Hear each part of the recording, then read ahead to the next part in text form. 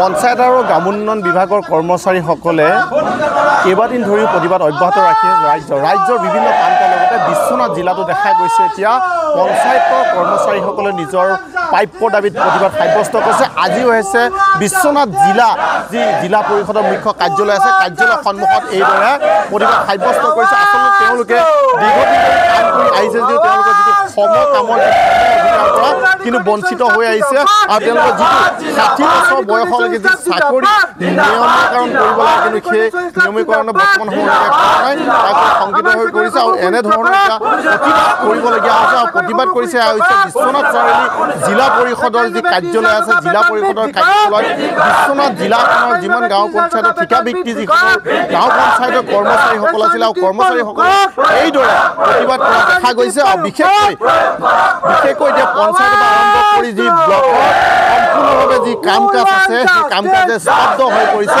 আৰু আমাৰ মাজত আছে ইয়াৰ প্ৰতিনিধি আৰু তেওঁলোকে এইটো ক্ষেত্ৰত কি কয়? যিহেতু প্ৰতিবাদ অব্যাহত ৰাখিছে সমকামৰ সম অধিকাৰত সেই দাবী আৰু 60 বছৰ বয়সলৈকে আপোনালোকৰ যিটো চাকৰি নিশ্চিতকৰণ আজি তাৰিখলৈকে কৰা কোনো সিদ্ধান্ত লোৱা নাই চৰকাৰে, কি ক'ব? হয়, এই ক্ষেত্ৰত আমি অতিকে দুখিত হৈছোঁ। আজি আমি 17 বছৰ আমি আমাৰ যিখিনি আমি কাম চৰকাৰক আমি দি আহিছোঁ, যিখিনি কাম তেওঁলোকৰ ডিপাৰ্টমেণ্টে কোৱা মতে আমি যেনেদৰে আমি যি কাম কৰিবলৈ আমাক ন্যস্ত কৰে সেই কাম আমি নিয়াৰিকৈ আমি কৰি আহিছোঁ আজি তাৰিখলৈকে।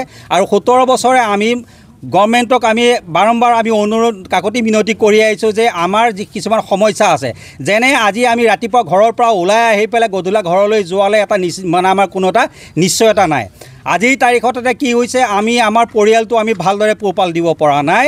আমি যিটো দৰমহা পাওঁ সেইটো দৰমহাই এটা আজিৰ তাৰিখত মূল্যবৃদ্ধি বজাৰত তাৰমানে আমি সেই দৰমহাৰে আমি চলিব নোৱাৰোঁ। ইয়াৰ উপৰিও আজিৰ তাৰিখত যদি আমাৰ যদি পৰিয়ালৰ হওক বা আমাৰ নিজৰে যদি আমাৰ যদি বেমাৰ হয় তেতিয়াহ'লে চৰকাৰী ধৰণৰ কোনো ধৰণৰ বাকী ডিপাৰ্টমেণ্টৰ স্থায়ী কৰ্মচাৰীসকলৰ যি সুবিধা আছে আমাৰ ক্ষেত্ৰত তেনেকুৱা ধৰণৰ কোনো সুবিধা নাই। আমি ইউজ এণ্ড থ্ৰ' এতিয়া আমাৰ মাজৰ পৰা বহুকেইজন ব্যক্তি আমাৰ মাজৰ পৰা ওলাই গৈছে, তেওঁলোকৰ পৰিয়াল আজি ৰাস্তাত বাতি লৈ আজি ঘৈণীয়েক আজি বাতি লৈ ওলাবলগীয়া হৈছে, নাইতো পৰিয়াল কোনোবা বাতি লৈ পেলাই ৰাস্তালৈ ওলাবলগীয়া হৈছে, লোকৰ ঘৰত কাম কৰি পেলাই নিজৰ ল'ৰা ছোৱালী পোহপাল দিবলগীয়া হৈছে।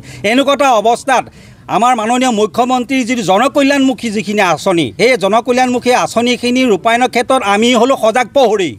এই সজাগ প্ৰহৰী আমি সজাগ সৈনিক হয়। গতিকে এখন আমাৰ সুস্থ সমাজৰ এখন সুস্থ ৰাজ্যৰ আমাৰ দক্ষ মন্ত্ৰী হিচাপে তেখেতৰ সৈনিকসকলক ভৰণ পোষণ দিয়াটো তেখেতৰ এটা নৈতিক দায়িত্ব। গতিকে তেখেতক আমি কৰজোৰে আমি প্ৰাৰ্থনা জনাইছোঁ যে আমাৰ সমস্যাবিলাক তেখেতে বুজ লওক আৰু আমাৰ সমস্যাবিলাক অনতিপলমে সমাধান কৰাত তেখেতে গুৰুত্ব প্ৰদান কৰক। যদি আমাৰ সমস্যাখিনি সমাধানৰ ক্ষেত্ৰত যদি তেখেতে কোনো ধৰণৰ পদক্ষেপ নকৰে, ইয়াৰ পিছতো আমি জংগী আন্দোলন কৰিবলৈ আমি বাধ্য হ'ম। কিমান দিন সময়সীমা দিছে চৰকাৰে? এতিয়া আজি তেনেকুৱা ধৰণৰ আমাৰ চৰকাৰে কোনো ধৰণে আমাৰ বিভাগীয় কৰ্তৃপক্ষই আমাৰ পৰা এখন মেম'ৰেণ্ডাম হেৰি কৰি পেলাই কিবা মাইনিউট চেকন ৰেডি কৰি পেলাই আমাক মানে আন্দোলন স্থগিত কৰিবৰ কাৰণে আমাক মানে আমাক দিছিলে, লেটাৰ যোগে আমাক জনাইছিলে।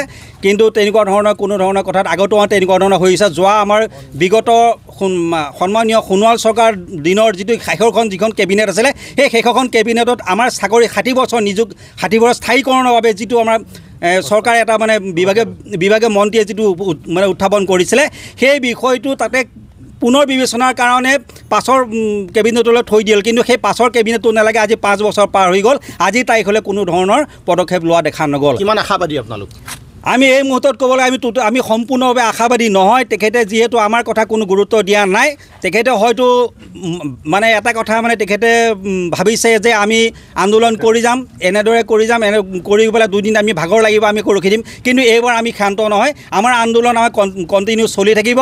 আজি আমি পঞ্চায়তত আমি আন্দোলন আৰম্ভ কৰিছোঁ, তাৰ ব্লক পৰ্যায়ত আমি আন্দোলন আৰম্ভ কৰিছিলোঁ, আজি জিলা পৰ্যায়ত আমি আন্দোলন আৰম্ভ কৰিছোঁ। ইয়াৰ পাছত ৰাজ্যিক পৰ্যায়ত প্ৰয়োজন হ'লে আমি নেশ্যনেল পৰ্যায়ত আমি আন্দোলন কৰিবৰ কাৰণে আমি আগ্ৰহী।